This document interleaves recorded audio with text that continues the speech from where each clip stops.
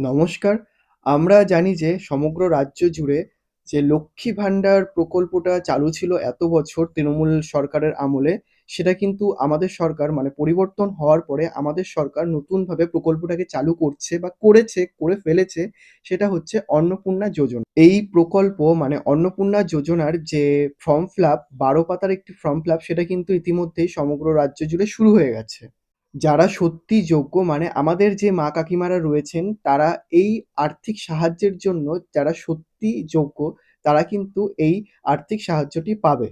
এবার কিছু মানুষের একটা সমস্যা হয়ে দাঁড়িয়েছে এই ফর্মটা ১২ পাতার ফর্ম। তো এখানে অনেকের সমস্যা হচ্ছে ফিল আপ করতে পারছে না বা অনেক রকমের কথা উঠছে। বছরে বাড়িতে বসে ৩৬,০০০ টাকা পাবেন আর একবার ফর্ম ফিল আপ করতে এত সমস্যা? ফর্মের মধ্যে কি এমন আছে? ওই তো ১২ পাতার ফর্ম, তার মধ্যে হয়তো পিছনে ২ টো না ৩ টে পাতা হয়তো ফিল আপ করতে হবে না।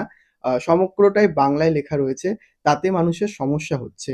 তাও প্রত্যেকটি জায়গায় ক্যাম্প বসছে বা বসবে পরবর্তী সময়ে এই ফর্মের জন্য, ফর্ম ফিল আপ করানোর জন্য। তারপরেও অনেক মানুষ ইচ্ছাকৃতভাবে এরকম করছে যে ১২ পাতার ফর্ম ফিল আপ করতে পারবো না। নেবেন না, দরকার নেই। আমাদের সরকার কাউকে জোর করছে না।